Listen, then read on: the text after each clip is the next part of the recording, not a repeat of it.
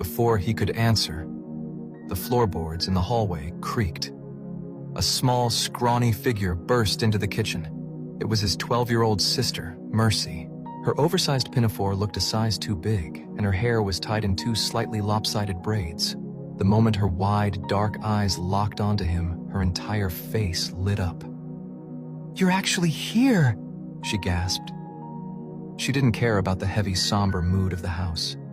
She dropped a weathered sketchbook onto the table and sprinted across the linoleum, throwing her arms tightly around his waist and burying her face into his oversized jacket. She gripped him so hard her small knuckles turned white, trembling slightly.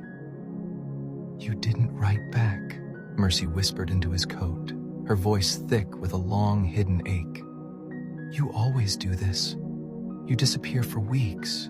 You come back like nothing happened. And I just wait. But this time I thought you really forgot about me."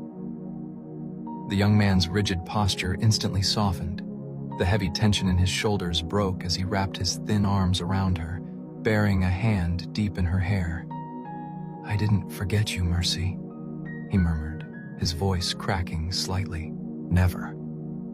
But beneath his gentle touch, a cold knot tightened in his gut. Disappear for weeks? Always do this? His mind scrambled, searching for gaps in his memory. He'd only left MarrowsEnd once, at least as far as he could remember. He'd packed his bag, walked down the long dirt road out of town, and now he was returning. Or rather, his temper flare had cost him his job and forced him back to MarrowsEnd. Looking down at the top of her lopsided braids, a cold weight settled in his stomach. She smells like old paper and stagnant water, he realized with a spike of quiet dread. It was the scent of the swampy edge of the property where the old graves sank, mixed with the moldering pages of her hidden sketchbooks.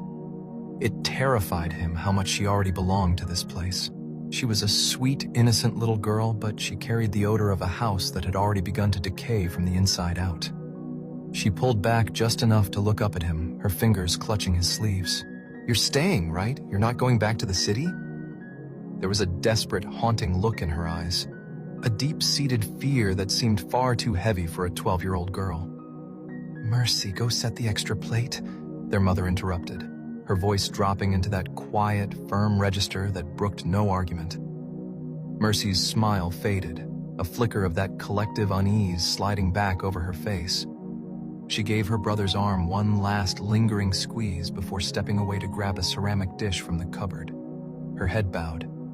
Then, the heavy door connecting the house to the mortuary clicked open. His father stepped into the kitchen. He was a large, broad-shouldered man whose massive frame easily filled the doorway,